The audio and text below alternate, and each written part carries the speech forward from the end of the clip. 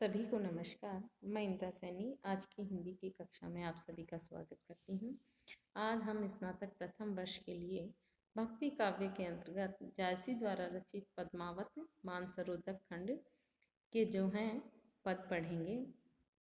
पूर्व की कक्षा में भी हमने पद्मावत के मानसरोधक खंड के पद पढ़े थे। उनमें हमारी चर्चा चल रही थी कि पद्मावती अपनी सखियों के साथ जो मानसरोवर है उसमें जल क्रीड़ा कर रही थी। इसके आगे का अंश हम आज पढ़ेंगे। सखी एक तेहि खेल न जाना, भे अचेत मनिहार गवाना। कंवल डार गही भे बेकरारा, कासो पुकारो आपन हारा। कित खेल आयु एहि साथा, हार गवाई चलही लेहु हाथा। घर पेठत पूछत यह हारू, कौन उतर पाउर पैसारू। नैन सीप आंसू तर तस भरे, जानो मोती गिरही सब ढरे। सखिन कहाँ बोरी कोकिला, कौन पानी जेहि पोन न मिला।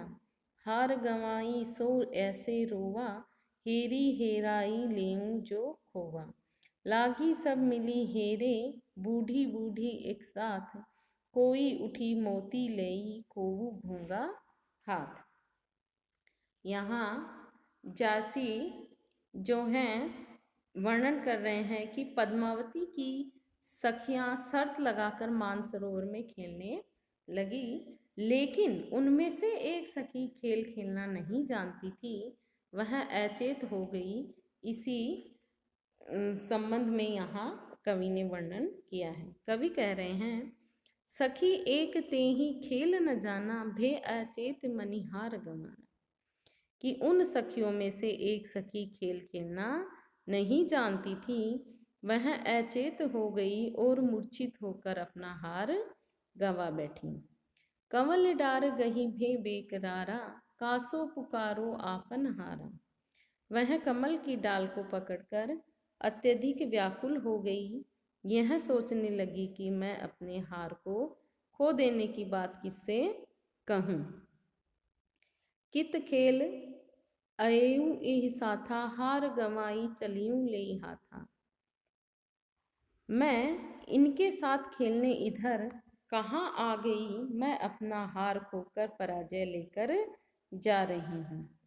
घर बैठत पूछब यह हारू, कौन उतर पाइब पैसारू। जब मैं घर में प्रवेश करने लगूंगी तब मुझे हार के बारे में पूछा जाएगा, तो मैं इस हार के बारे में क्या उत्तर दे के घर में जाऊंगी। यानी मेरा घर में प्रवेश करना ही संदिग्ध हो गया है कि मैं किस तरह से ये उत्तर देकर घर में प्रवेश करूंगी। नैन सीप आंसू तस भरे, जानो मोती गिरही सब ढरे। उसके सीप जैसे नेत्रों में मोतियों की तरह आंसू भर आए और जो बहते हुए ऐसे लग रहे थे जैसे मोती ढुलक रहे हों। यानी वह सखी रोने लग गई। सखिन कहाँ बोरी कोकिला, कौन पानी जेहि पोन न मिला।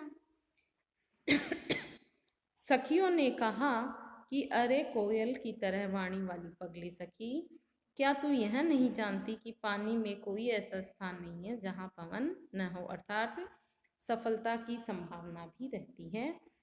हम सब उस हार को ढूंढने में सफल होंगे। हार गवाई सो ऐसे रोआ, हेरी हेराई ली जो खोवा। इस कारण हम जो हार खो गया है उसे खोजने का प्रयास करेंगे और हम उसे खोजने के प्रयास में सफल भी होंगे, ऐसी हम संभावना रखते हैं। तुम भी जो है उस हार को खोजने का प्रयास करो और हम सब सखियां भी उस हार को खोजने का प्रयास करेंगी। लागी सब मिली हेरे, बूढ़ी बूढ़ी एक साथ। यह कहकर सभी सखियां मिलकर उस सखी का हार खोजने लगी। खोजने के लिए वे सब एक साथ डुबकी लगाती थी। कोई उठी मोती ली, को घोंगा हाथ। उनमें से कोई तो अपने हाथ में मोती लेकर पानी से ऊपर उठी और कोई अपने हाथ में घोंगा लेकर ऊपर आई। यहाँ कवि है सांकेतिक व प्रतीकात्मक वर्णन कर रहा है। जो मोती है साधक की सफलता, वह घोंघा सांसारिकता में लिप्त रहने का प्रतीक है। यहाँ कवि ने बताया गया है कि संसार में विपत्ति सभी प्रकार की आती है।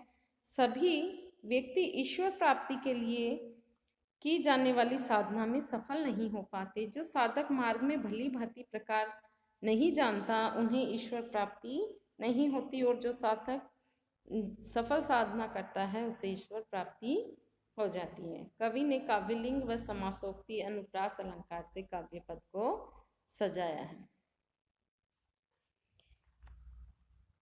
कहाँ मानसर चाह सो पाई, पारस रूप इहाँ लगी आई। भा निर्मल तीन है पायन परसे, पावा रूप रूप के दर से। मलय समीर बास तन आई, भा शीतल गे तपनी भुजाई। न जनो कौन पौन लेई आवा, पुण्य दशा भे पाप गवावा। तत्खन हार बेगी उतिराना, पावा सखिनह चंद बिहसाना। बिगसा कुमोद देखी शशि रेख, भे तह ओप जहाँ जोहि देखा। पावा रूप रूप जस चाहा, शशि मुख जनु दर्पण होई रहा। नयन जो देखा कमल भा निर्मल नीर शरीर, हसत जो देखा हंस भा दसन ज्योति नग हीर। यहाँ जासी आगे चित्रित करते हुए कह रहे हैं कि वे सभी सखियां एक सखी के खोए हुए हार को खोजने लगी। कोई मोती लेकर, कोई घोंघा लेकर पानी के ऊपर आई। इसी क्रम में वर्णन करते हुए कह रहे हैं कि मानसरोवर रूपी साधक पद्मावती रूपी परमात्मा के सामीप्य लाभ के लिए लालायित हो उठा। कवि कह रहे हैं, कहाँ मानसर चाह जो पाई, पारस रूप इहाँ लगी आई। मानसरोवर रूपी साधक ने कहा कि मुझे मनवांछित फल प्राप्त हो गया, पारस रूपी पद्मावती ही यहाँ चलकर आ गई है। भा निर्मल तीन पायन परसे, पावा रूप रूप के दर से। उसके पैरों का स्पर्श पाकर मेरा शरीर निर्मल निष्कलुष हो गया है। उस पद्मावती के रूप को देखकर मैंने अपना दिव्य और वास्तविक रूप प्राप्त कर लिया है। मलय समीर बास तन आई, भा शीतल गे तपनी बुझाई। उसके शरीर की मलय वायु की सुगंध से मेरे शरीर में सुगंध व्याप्त हो गई। मेरे शरीर की तपन है मिट गई और मुझे शीतलता प्राप्त हो गई। न जनो कौन पौन लेई आवा, पुण्य दशा भे पाप गवावा। मानसरोवर कहता है कि न जाने कौन सी हवा परमात्मा रूप पद्मावती को लेकर यहाँ आई है। इसके प्रभाव से मेरे तो पाप दूर हो गए और मुझे पुण्य दशा प्राप्त हुई है। तत्खन हार बेगी उतिराना, पाव सखीनह चंद बिहसाना। मानसरोवर यह सोच रहा था, तभी तीव्र गति से हार पानी के ऊपर तैरने लगा। सखियों ने उसे उठा लिया। यह कौतुक देखकर पद्मावती ऐसे हंस पड़ी जैसे चंद्रमा खिल रहा हो। बिगसा कुमुद देखी शशि रेखा, भेद तह ओप जहाँ जो ही देखा। चंद्रमा सी पद्मनी को हंसते हुए देख के कुमुदनी सी सखियां प्रफुल्लित हो उठी। जिस किसी ने भी जहाँ भी उसे देखा वहाँ वहीं प्रसन्न हो उठी। उसे एक प्रकाश सा दिखाई देने लगा। पावा रूप रूप जस चाहा, शशि मुख जनु दर्पण होई आवा। जिसने जैसा चाहा वैसा ही रूप प्राप्त किया। पद्मावती का मुख चंद्र मानो सबके लिए दर्पण सिद्ध हुआ। अर्थात इस संसार के सभी पदार्थ में पद्मावती का रूप प्रतिबिंब था। यहाँ कवि ने पद्मावती को परमात्मा के रूप में चित्रित किया है और यह बताने की कोशिश की है कि इस संसार के सभी पदार्थ उस परमात्मा के ही अंश हैं। सर्वशक्तिमान और सभी पदार्थों के प्रतिबिंब के रूप में कौन है? वह परमात्मा है। नयन जो देखा कमल भा, निर्मल नीर शरीर। हसत जो देखा हंस भा, दसन ज्योति नगहीर। जैसे कहते हैं कि पद्मावती के दिव्य प्रभाव से सब और सौंदर्य के उपकरण निर्मित हो गए।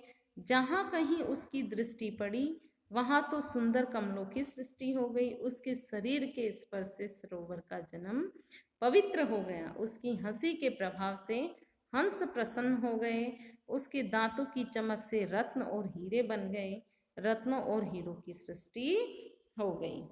इस तरह यहाँ कवि ने जो है पद्मिनी को परमात्मा का प्रतीक बताया है, और संसार में जो भी सौंदर्य है वह परमात्मा का ही दिया हुआ है। सौंदर्य रूप में परमात्मा ही झलक रहा है। सूफी साधक में परमात्मा को सौंदर्य प्रकाश रूप में माना गया है।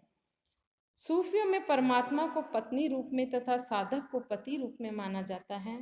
भारतीय साधना में परमात्मा को पति रूप में और साधक को पत्नी रूप में माना जाता है। यहाँ कवि ने पद्मावती को पारस मानकर पारस के स्पर्श से लोहा सोना बन जाता है, उसी प्रकार सूफी साधक है वह परमात्मा के सामीप्य से तदाकार होके उसी के रूप में एकाकार हो जाता है।